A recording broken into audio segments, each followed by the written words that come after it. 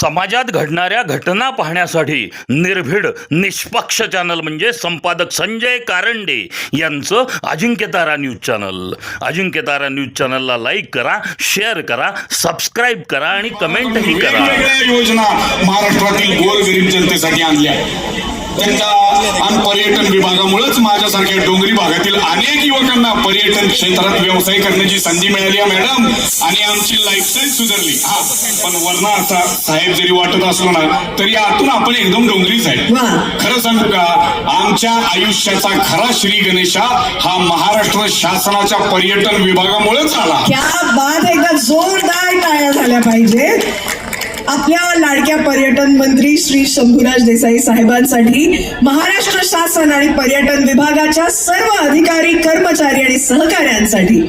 चला, जसा तुमच्यासारख्या अनेकांच्या आयुष्याचा श्री गणेशा पर्यटन विभागामुळे झालाय, तसाच पर्यटन विभागाच्या या दुसऱ्या कोयना दौलत डोगरी महोत्सवाचा श्री गणेशा करूया. करूया म्हणजे काय, अहो दणक्यात करूया.